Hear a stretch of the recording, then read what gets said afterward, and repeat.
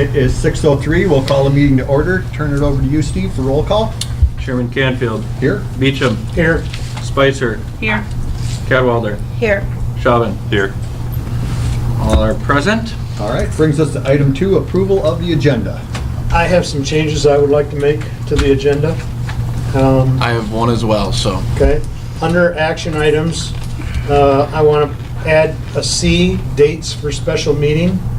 I want to have a discussion, and we can do that, about the possibility of a couple special meetings coming up in June in regards to general manager. And then D, under action items, we need to look at Greg Pierce compensation. Have a couple different proposals. Again, compensation that he's doing the interview process for the general manager, and so we can discuss those things at that time. And then we talked, I didn't personally, but Steve talked to Dick Went today, and I'd like to go into closed session to have Greg Pierce update us on the potential new general managers, the applications. And again, closed session because some of the names that might be brought up don't want to be made public at this time. It would be public when we would decide on interviews. So those are the changes that I'd like to see. And my change will be a deletion of item number 3. I jumped the gun. The election of the board chair and vice chair is actually in July. I was thinking it was in June because I have later in action items fiscal year 2017 regular board meeting dates, so I'd put the chair election. The chair election per the charter, chapter 16, section 16.1 will happen in July, so we'll see that next month. I move to approve the agenda as amended. Support? We have a motion and support. All those in favor signify by saying aye. Aye. Opposed? Motion carries. Brings us to item 4, approval of minutes of the May 12th, 2016 regular board meeting. I just had one minor comment in the approval of the agenda. It mentioned it's supported by Tina, but I don't think she was here. I wasn't. Yeah, I saw that too. And I can't remember who supported it, but just the technicality, I guess Yeah. we could I have fix some that. notes that I usually can get back to you. They're not with me. I have. You got it too? Also. All right. I'm sure I'm in there too. Okay. Okay. If you need help, let me know. Okay. With that one correction, anything else? I'd move we approve the minutes as corrected. Support? We have a motion and support. If there's no further discussion, all those in favor signify by saying aye. Aye. Opposed? Motion carries. That brings us to public comment for items not on the agenda. Hearing no public comment, we'll move on to action items. I'll turn that over to you, Steve. All right, the first action item tonight is a equipment purchase for the Siemens combustion turbine. Tina, you were not here last month, but the Rolls-Royce group actually got bought out by Siemens, so we're going to refer to that turbine as the Siemens turbine. So we are pretty much to the end of the equipment purchases, and tonight there are 2 purchases that are over $10,000. The first, a water injection skid. The second, lagging and insulation for the CT exhaust. In the memo, I wrote that both of these items are more specialized, and the first, the water injection skid, it's particular to the Siemens CT, and as you may remember, there are a number of items that have been approved in the last number of months that are specialized to that turbine. So the vendor for the water injection skid is On Power. And for the second item, the lagging and insulation of the CT exhaust, Barney went out and talked to Northern Boiler, another company who could do this work, and Northern Boiler does work for really the whole power plant, not just a specific item. So they pretty much told them it wasn't worth their time to even come out here and do the work. So at the time I put out the memo, we did not have a price for the water injection skid. We did get that quote, and I passed it out to all of you, I believe, before the meeting. And that price is item number one, $24,150. And the lag and installation is $18,880. The water injection skid is really needed to control NOx emissions, and this is done through cooling the exhaust. And the lag and insulation is for the heat entrapment of the space, to keep the space cool. So Barney is here, he's the technical expert and can answer any further questions, but these should be the last two equipment purchases that are needed to go forward with the installation of the turbine. There will be engineering that's needed for Monpower that we've budgeted and have been expecting, so. So, my question is, so on this bid quote number, there's 3 different water injection pump, and there's a 24,150, there's a 28,775, and then there's a $33,050. So what are, I believe the third item is complete overkill of what we need, correct, Barney? That's correct, yes. And the second item is new material, but Barney's comfortable with the refurbished model, and it'll do the job just fine. So this, they quoted us other options. 3 different options. We're Correct. looking at option number 1. Correct. Item number 1. Yes. Okay.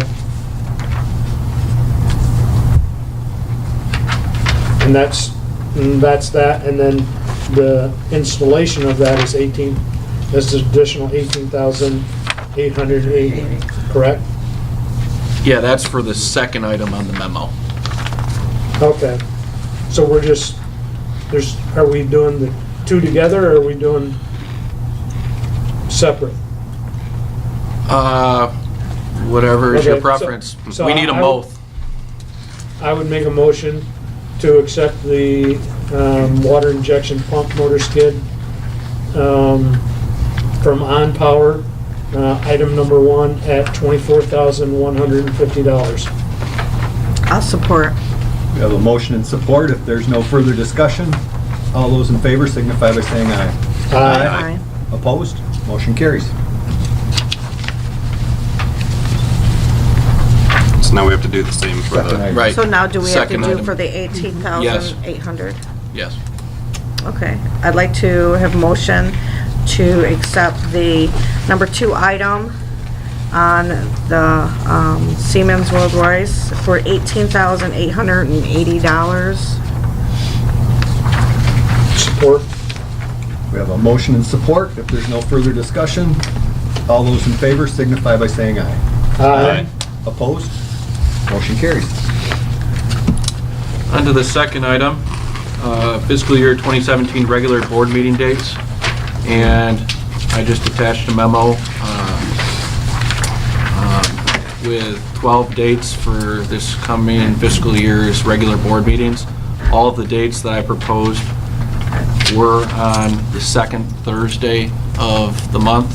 August is actually the third Thursday, and I will be on a trip, so I don't know what'll happen with personnel, but I wasn't confident I could even prepare the information I needed to for the packet for that meeting. So that's the reason I had moved that to the third Thursday, and Perry did contact me about his view of potentially changing a few of these dates, so.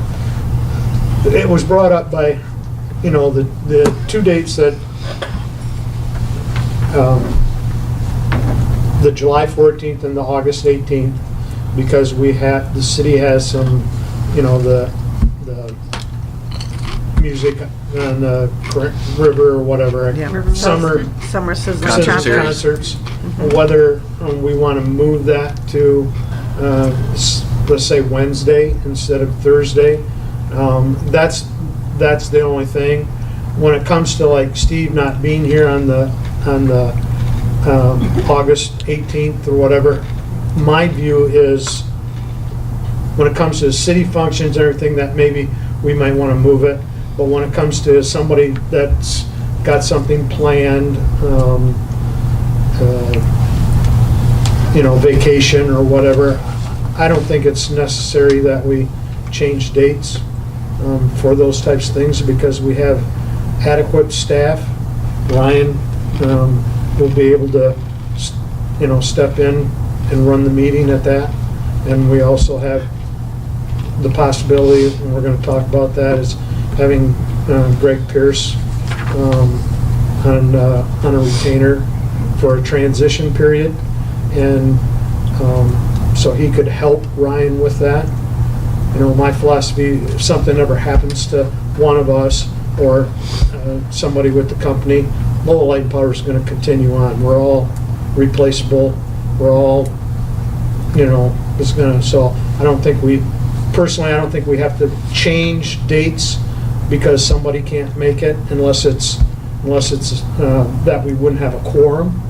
But, so I just wanted to open those up for discussion.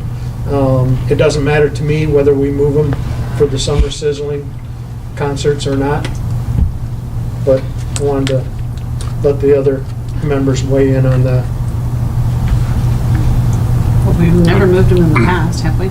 No, but again, It's kind of nice in a way to hear the concert over the meeting. well, the others, But my view too is we have new people. It's a way for if we have a new general manager, whatever, to be out in the community, going to the summer sizzling concerts, being able to be seen in the community. So that's one reason I was looking at for throwing that out, whether we want to change or not, and just move it to just those two dates till Wednesday instead of Thursday. Well, my take on this would be, I'm flexible. Moving it to a Wednesday instead wouldn't hurt me a bit, so.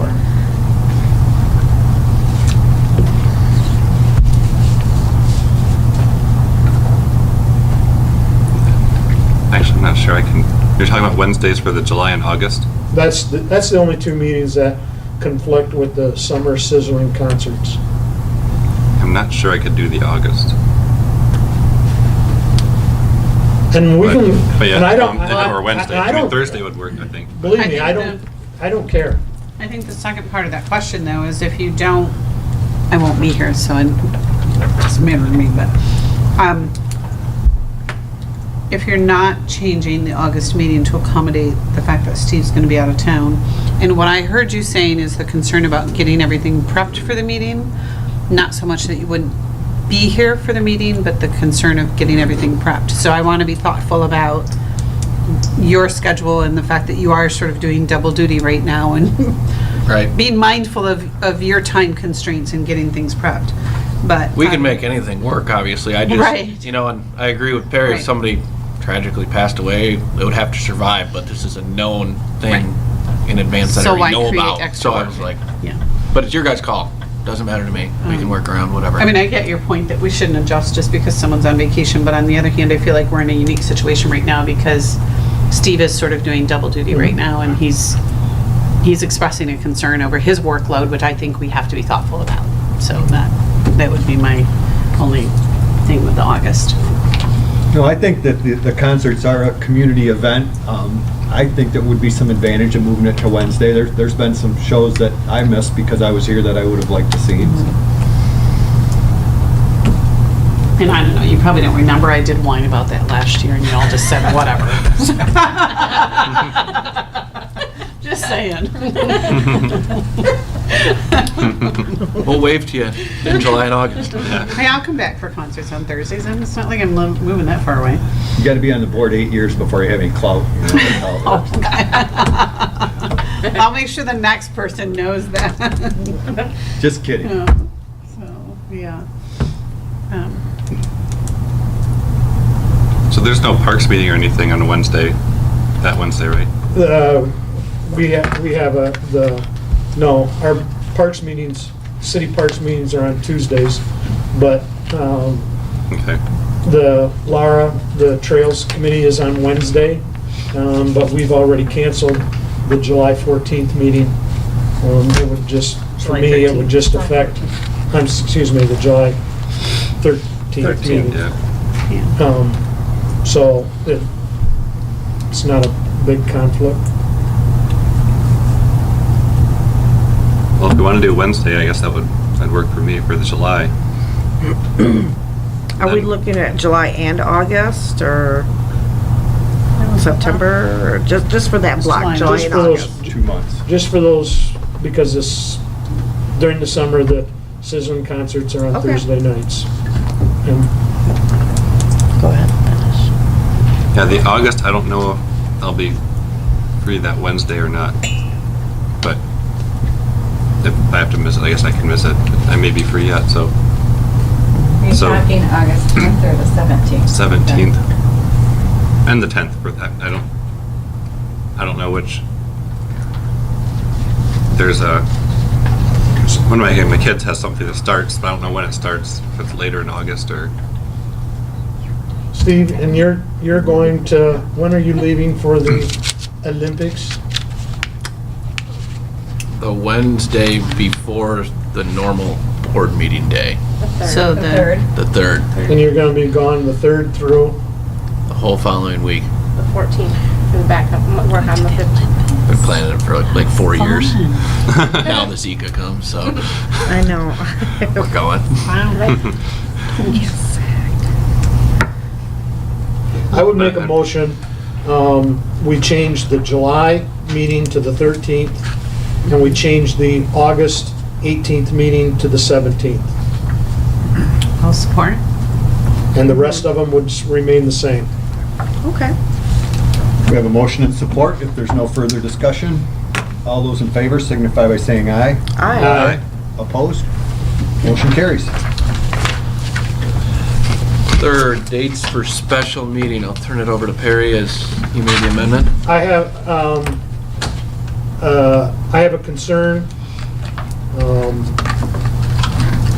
the concern is that, and I thought Jeff was gonna be here tonight, but, the council has opted not to appoint anybody yet, to the Tina's seat and Andrew's seat that's gonna be up, and Tamla's that is actually moving out of that. He's in the council meeting Monday night. He was gonna wait till the last meeting, which is the 20th. I have a concern with that, so therefore, I wanna look at maybe the week of the 20th, we have can schedule a special meeting, and that will depend on what we hear in the closed session with the tentative people for the general manager's position, and then have another possible meeting in the week of the 28th. My concern right now is that I don't know why the council is waiting to the dead drop last second. So that makes me nervous of, We should hope they're just gonna be wise and like, let these guys continue. I mean, to lose 3 people at one time would be I know- detrimental to I know, this but I organization.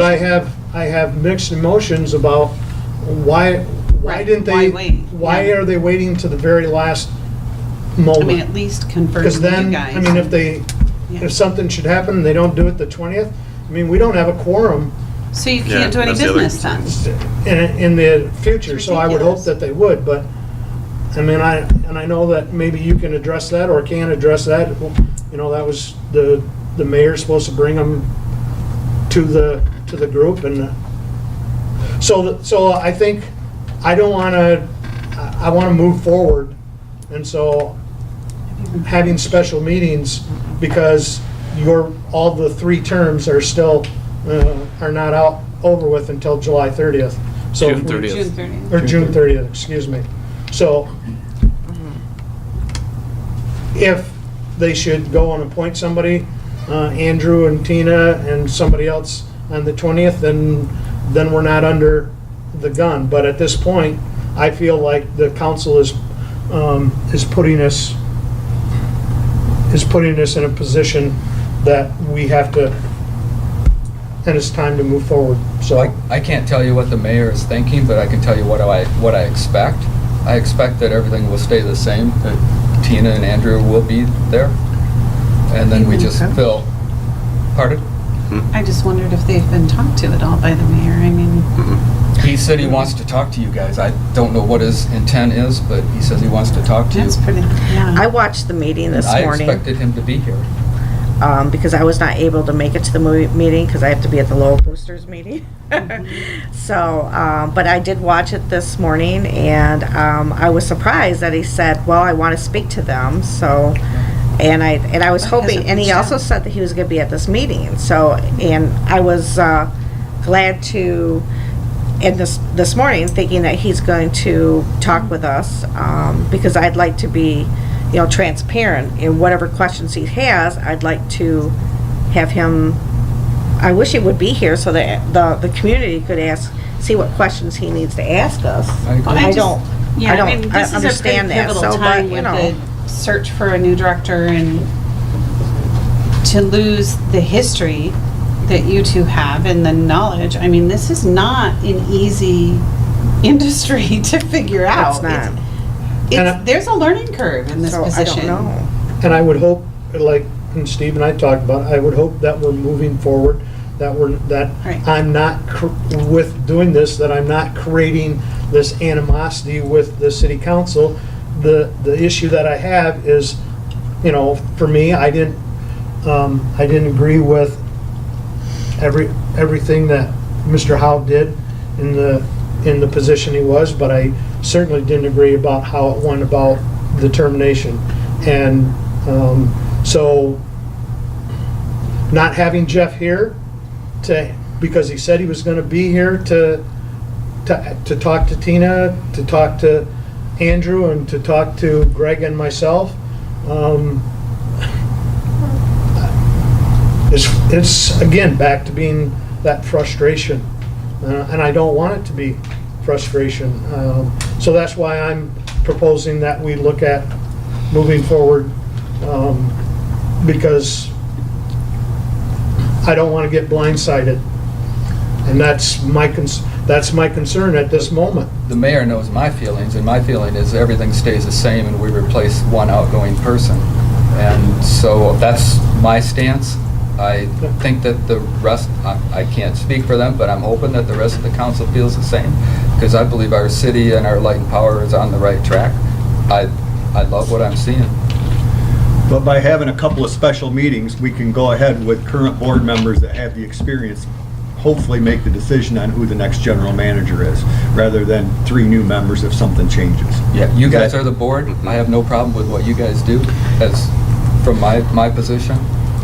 Well, from my perspective, I could meet on the 21st or the 23rd, but I technically move out of this community on the 25th.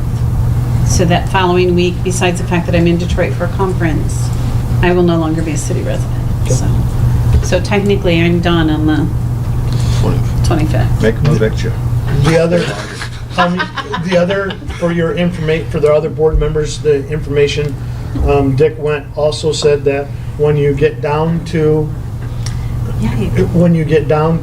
a candidate and you're negotiating a contract with them, that he needs to be involved, the person, and 2 board members, you cannot, he told us, which surprised me, you cannot have the full board negotiating the contract.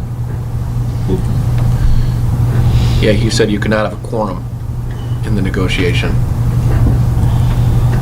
So, Right, So because our you gotta plan get the would be- negotiation done. You gotta bring special it back meeting. for Right, approval of the yes, board, but right. the negotiation. well, I think it's, Right. That makes I sense. think it's, I don't know the time, I think it's gonna be when we go into closed session and Greg gives us information about the candidates and who he views and gives us his opinion. My thoughts are, we might come out of closed session and then say, here's a date that we're going to try to do interviews, or whatever the case may be. So, maybe we decide on, I'm just bringing it to everybody's attention, that I think we need to look the possibility of a couple special meetings before the end of the month. To take care of this. I think just in the interest of being professional, it's kind of a good reason, because all the applicants out there, if all of a sudden something were to happen where there's not a quorum for a month and then they're in limbo, Yeah. that's just not a good way to treat applicants, and and just not give a good reputation in the industry. So I'd So, just as soon keep the process moving until we know for certain, right. we have some certainty into what's going to happen the next month. And from a legal standpoint, if the council doesn't act on the 20th, It'll have to. you can't have a meeting in July. Like, we're dead in the water, basically. In We were- terms I of guess I being don't able know to what enact happens. business. I was surprised we didn't appoint last Monday. Yeah. I was surprised.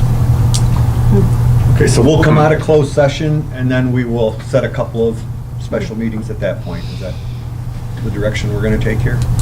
Yeah. Okay, that was All right. C. D, compensation for Greg Pierce. And I know Greg Canfield, I was at the meeting that I ran. We talked about a consensus of hiring Greg Pierce to go to do the applications, to go through for the general manager, that he would lead us through that. My thoughts also is to, whoever that new general manager would be, is to look at putting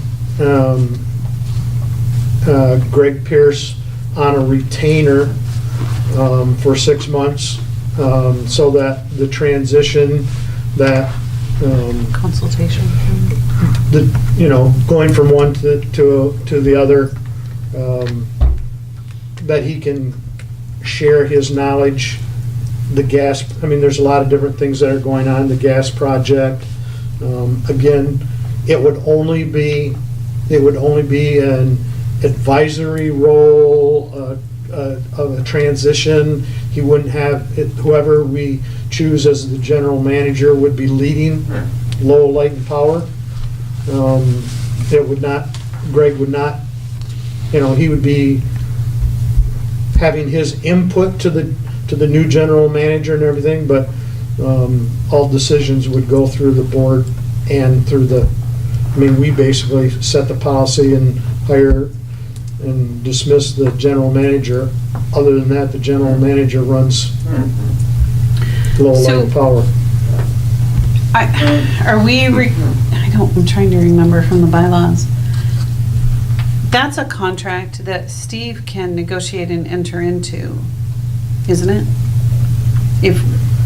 Or does it have to come to the board for approval? Because if he's, we're Well, contracting if with him on a this, consultation if this set amount basis. of a contract, I believe, is over over 10,000, then it would have to come to Okay. the board, because we're gonna be dispersing those funds. And my thoughts are that I've talked with Greg, and what he'd like to see happen or whatever is basically for 6 months. Again, the number is $3,500 per month for 6 months. And again, when we're negotiating the general manager's position, with whoever, I would be looking, my opinion would be, okay, we pick this number that's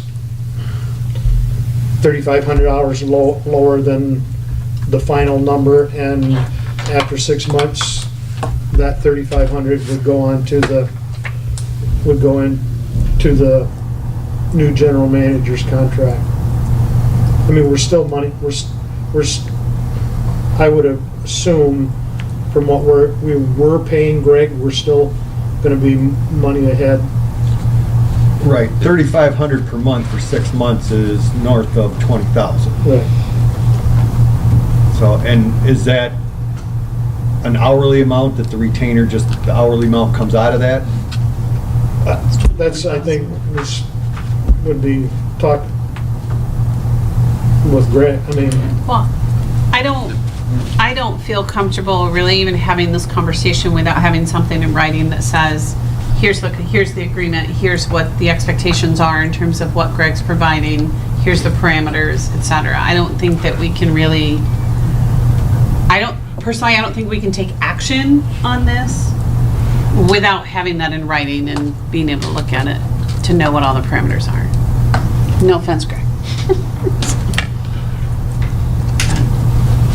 That's just me personally. I think we need it in writing to understand what the parameters are. But I also feel like that's something you can negotiate with him, and then, I don't know.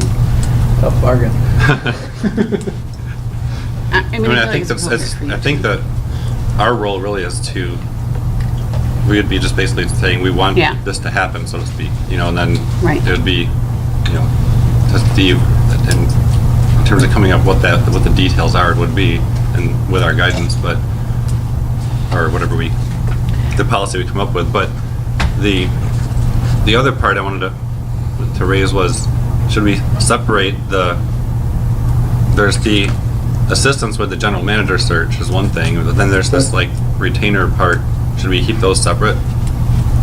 I mean, Fine, I mean, And Yeah, I because don't I have a still- problem with them being in one contract, but I just think it has to be laid out in writing. Yeah, I'm not sure Okay. the $10,000 amount applies though. He's free to hire employees, and that's Right. really what he's doing Right. here is hiring Well, employees. it's a contract, it's not an expenditure, it's not like we're going out and purchasing a thing. So that's why I feel like you have that. But I think we could look at the bylaws, and Yeah. I Right. Yeah. think Steve would be But I allowed to do think- that. Okay. And we're just Yeah. getting a consensus from the board that Yeah. we're in Well, I just wanted agreement to with this. clarify, because it's listed as an action item, and I just don't want us, I'm questioning whether or not we even need to be involved in that decision, but B, I don't feel we can officially take action on it without having something in writing.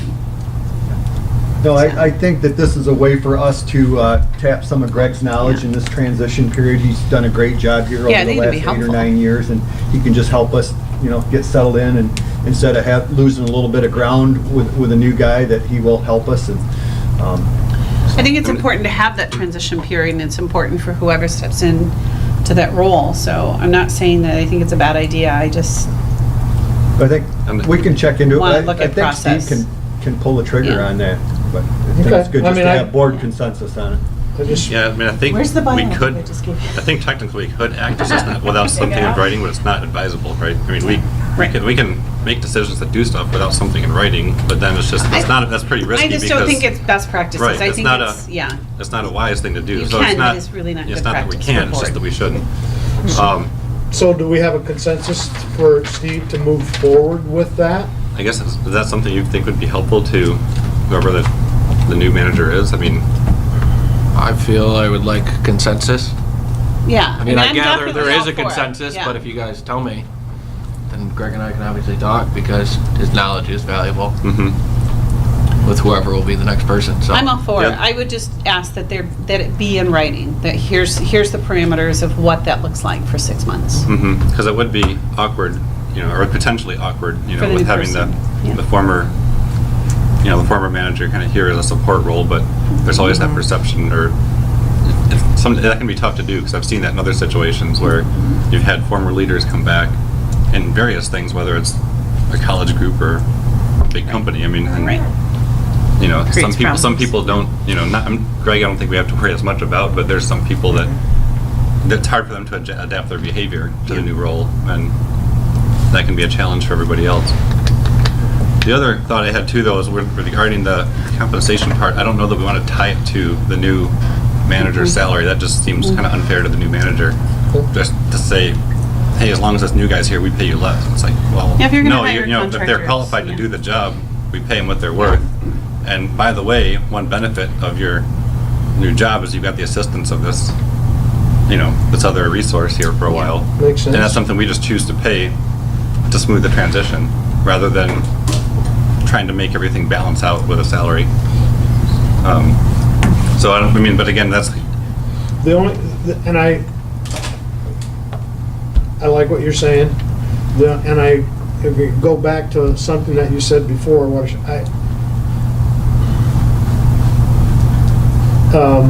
when it comes to the hiring of the new general manager or whatever, and I think that I think we need to come to some costs or consensus or whatever with Greg Pierce. I think it puts, because Steve and Doug have both applied for the position, to have Steve negotiate with Greg the cost of hiring, the process of going through that. I think that, my opinion is, I think that's a little bit of a conflict, or you'd be and maybe I'm Just potentially awkward. right. So I think maybe what you had brought up, that it's two separate issues. Okay, one issue is, what are we paying Greg So for this process? The board is hiring him to do the work to help us find a new general manager. Correct. And then the separate piece would be The transition. the transitional piece, which is a completely separate question. So, I do like that idea. I mean, I did too. and I hadn't thought of it that way, but you did make a good point that, the whole process of a general manager, I think we're supposed to be, deciding that. And then, the transition or whatever other consulting that we need for that. That's kind of a up to the separate general thing. manager. Yeah.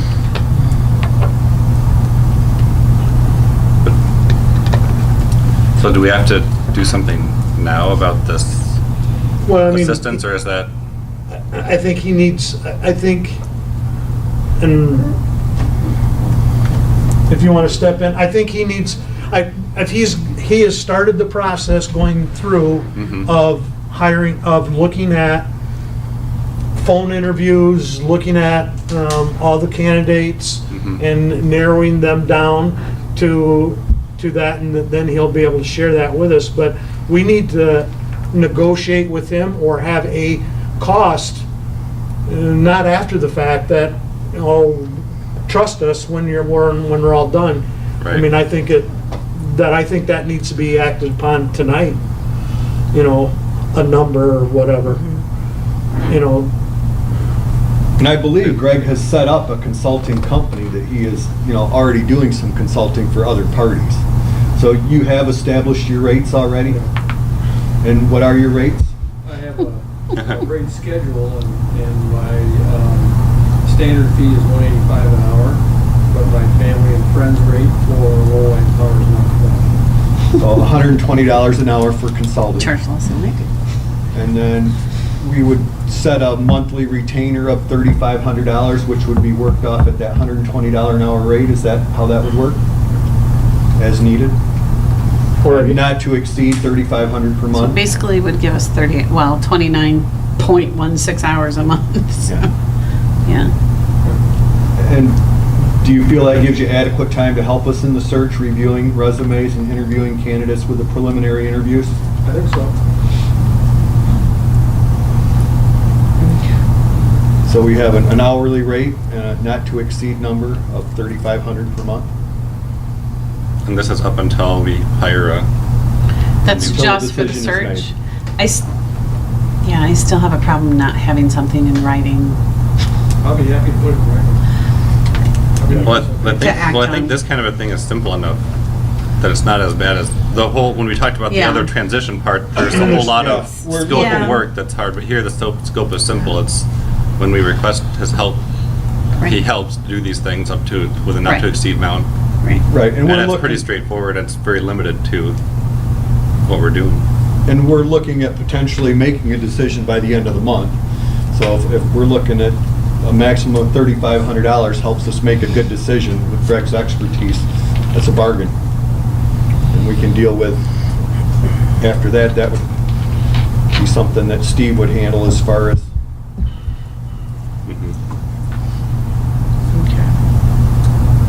As long as I feel that, I agree with Tam here, is that I'd like it in writing. Not that I don't trust anybody, but I would just want to make sure that everybody understands and we're all on the same page for for Greg's. Greg, could you submit something to us in Could you? writing then, that you'd be looking at, So that we can- $120 an hour with a retainer of $3,500 for this Yep. month? Yeah, I've already billed some hours that I have into this already, and Yeah. so Okay. that would be for whatever it transpires from here forward, so Yeah. I can put that in. Okay, we appreciate it. So everything's transparent, and anybody asks for any backup Yeah, just so there's no documentation, we have questions. that. Yeah. So, and that's it. That's all there is. It's the new landscape, everybody. Back it up. So, Julie loves backup. So It's- I would this is good entertain a practice. motion then to accept Greg's offer in writing or his assistance with the general manager search, and he will provide us with a written contract, hourly rate, and not to exceed number from this point through the end of the month. Someone wants to make that motion? The end of the month or until a new manager's hired? Until Like, new it's- managers hired. So that's the whole search and Sure. vetting process that we're, okay. And it might slow down when it comes back to the dates, the special meetings. If they act on the 20th, then, and reappoint the two of you with somebody new, then I feel we're not under the gun, whereas at this point, I feel like we're under the gun. Yeah, well, I'm just saying I don't want this tied to, I want it tied to the real end date, which is when Right. someone's hired, Right. versus to any other kind of a non-relevant deadline, like a Right. time or Right. anything else, that's all, Makes sense. Yep. for whatever reason. that does make sense. So I guess as I understand it, I guess I'll make that motion, then just I'll summarize what I think our understanding is. That's a 120 an hour, not to exceed 3,500 per month, to assist in the general manager search process up until a new general manager is hired. So That's great. I guess that's the contract. Well, but With, in writing from Greg. Yeah, to assist means what? So. as yeah, requested by the mean, board, I think guess. that I has- mean, Yeah, I just think it has to be spelled out in some detail. Yeah, well, I mean, yeah, and he can, yeah. but I think there's a good understanding of what the Right. assistance is, and it's gonna be at our direction, right? I mean, it's not, Yeah, I mean, it can't be much different than, hiring an attorney for that matter, right? There's a certain case that they're assisting with, their assistance is kind of dependent on the interaction with their client and what we request, so. Not that I want to compare him to an attorney, but that's more of a, just It's contracting. cheaper, It's that's for sure. Yeah. We have I a guess to me, motion? I mean, that's something, I made that, I guess that's the motion, so I think that's enough for us to work from. I'm comfortable with that, and then we can go from there. I'll support. We have a motion and support. If there is no further discussion, all those in favor signify by saying aye. Aye. Opposed? Aye. Sorry, I can't. Thank I you. don't have something in writing. All right, motion passes 4-1. It's not good practice. It's not. Takes us to informational items. Yes, onto the performance data. May was a pretty good month. 690, almost $700,000 in sales, very similar to last year, just 1.3% under. And for residential sales, we actually had 31 days in the billing cycle. Last year, we had 33. So that kind of explains why you see less sales this year compared to last year. In terms of commercial sales, both billing periods were 33 days. You will notice there on internal generation that we did run the combustion turbine this past month, and we just over 32,000 kilowatt hours. On the 16th of May, we ran 4+ hours, and on the 26th, we ran 5 hours. So that was great. Good job, Barney. Thank you. Customers, we were down 2 in both residential and commercial compared to April. Moving down to the informational items, March of 2016, again, this data is delayed in its reporting due to the MPPA, and we were down 6.25% compared to last year, but still at 6.5 million kilowatt hours, and that's a healthy amount for a winter month. Our peak demand in April was 10.996, and I believe this was actually the highest peak Lowell Light and Power's ever had in their history in April. I look back to '08 and you just saw the numbers go down, and I'm very confident from '07 prior, we probably didn't have a peak of 10.996. And I also manually looked up May's peak, and our May peak of 13.781 was the highest peak in May's history, in Lowell Light and Power history. And it actually was fairly close to the summer peak of last annual year. So we've had good sales, and those have been driven by hot weather that we had, as well as the addition of Envision Engineering being our 7th industrial customer. So that's probably the couple main drivers. But with energy efficiency going on and appliances that use less energy, we want people to use less energy, but we still need to sell power to cover our overhead. So it is encouraging to see higher peaks and increased sales. So last year's April peak was almost as high at 10.8. Right. Okay. Yep, but it wasn't as high. Right. Yeah, it was So close. it's been 2 consecutive high Aprils, basically. Correct. Okay. Yep, you're right. Billing statistics, nothing's changed. It's not the end of the quarter, although I did want to provide you with one fact. The last time Lowell Light and Power has had any sort of rate change other than the Low Income Energy Assistance Fund, that's a line item on your bill that's roughly $1. The last change was December of 2014 is when the PCA is increased. So we're at about 18 months now without any sort of rate increase, and we're still investing the money that we need to in the system. So I think that's a great effort on everyone, keeping costs in control and not passing along rate increase to customers. Moving on to investments. Investments were up 3.63% to $2.7 million. Again, much higher than last year, but we have committed hundreds of thousands of dollars in combustion turbine and AMI equipment purchases. That those invoices will be coming due. So this number will be reduced, but we're still well over now our 10% requirement by the charter. Down to delinquents, $173 from the previous month. Still a great number to be under a couple $100 when you're billing $700,000. And the delinquent balance of inactive accounts, which is really the number I pay attention to, because you can have delinquents, but once they're inactive, that's when you're probably going to be writing them off. And there was a decrease compared to last month and a major decrease compared to last year. So that's really, to me, the telltale sign of the collection department. Moving down to the aging analysis, 63,000 compared to roughly 69 last month, a decrease, and this is just due to one large customer that owes us over 19,000, but I'm confident they're not going anywhere. So write-offs are next month, just for everybody's information, for Alan's information. At the end of a fiscal year, we look back at the previous fiscal year's balances that we still haven't collected. So July 1 of 2014 through June 30 of 2015, we give ourselves a year to try to collect that money. If we can't collect it after a year and online payments hasn't been able to collect it, that's when we come to the board and ask for the approval of write-offs. Last year, that number I think was between 5,000 and 6,000, and it's my expectation that it's that low or lower, but I'll get the list from Gail later this month, hopefully. So, I think the city does a similar thing too. They're gonna have write-offs as well, so. right. So just giving you guys a heads up that will be coming forward next month. Any questions on the performance data? Outage summary.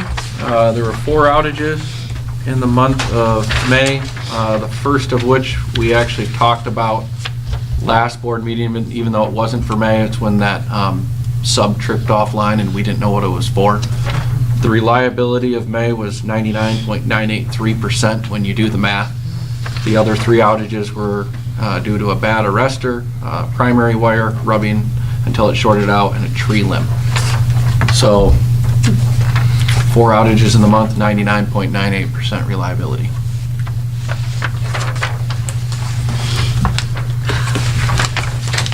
Moving on to the income statement. Sales slightly under budget for the month at $700,000, but if you move over 3 quarters to the right, you'll see the variance on a year-to-date basis. We're within 0.11% for total sales revenue. And if you move down to total operating revenue, we're within 0.45% of budget. So really, for all intents and purposes, we're pretty much on budget. I mean, when you have $7.9 million of revenue and you're within 0.5%, we're doing very well there. For the month, we were under on generation, slightly over on purchase power, and with purchase power, I just want to note that Bell River and Campbell were significantly under budget. There were lengthy outages for both of those projects, and you'll see that our energy service project was significantly over. That's because we made bilateral purchases for energy to supplement the energy we would have gotten from Campbell and Bell River. And Kalkaska was a little higher than normal, and it ran 4 times more than it normally does. So, distribution, you'll see that we were slightly over budget for the month, and for the year, we're over budget, but that's been kind of a reoccurring theme. There's been many reasons for that.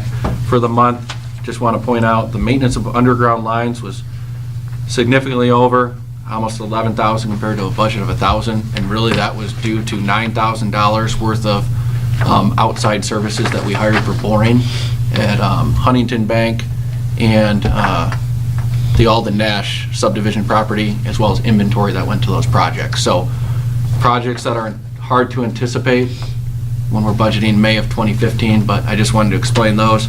And the underground line expense was a negative, and that was due to the reclassification of inventory. So you're probably wondering, why is there a negative expense? But we found something that should have gone to a different general ledger, so it just flopped between 2. Customer accounting, marketing, outside services, all under budget. Office insurance and maintenance was over budget, and that was due to some dues, IT work that was done for the communication room, antivirus stuff that had to be installed, and additional backup hard drives that we decided to purchase for the redundancy in case we had a cybersecurity attack. Employee benefits under budget, miscellaneous under budget, total operating expenses for the month under budget, and for the year, $83,000 under budget. And that brings us down to an operating income, 5.52% over budget for the year. So 11 months year to date, we're right on target. And in terms of net income, we're within $5,000 of hitting the budgeted net income for the fiscal year. So I believe we're gonna be at or over target, and that's what I had presented to you in earlier year-end projections in March and May. So that's the income statement for the month. I don't know if there's any questions, but we are in a very good spot. Capital projects, you will see that we have an amount remaining of $521,000, and again, that goes back to the fact that we just haven't been invoiced for a lot of the Rolls-Royce equipment. There, I believe, coming into tonight's meeting, we had $306,000 that haven't hit. So that'll really eat up the remaining, the $298 there, so we'll finish right on budget. But in the last month, we spent $4,400 on the Rolls-Royce Siemens, I'll call it Siemens from here on out, $15,000 on the AMI, and then some miscellaneous stuff on some other projects. So we're in a great spot in the capital budget. Any questions on that? All right, MPPA, as part of the manager's report. There was no June meeting. Normally it would have been yesterday, but due to the APPA National Conference, they delayed June's MPPA meeting till a couple Wednesdays from now. And I'll go through the second part of my manager's report under MPPA first. Just due to the personnel and the transition, the many projects, Lowell Power will not have anyone at the national conference.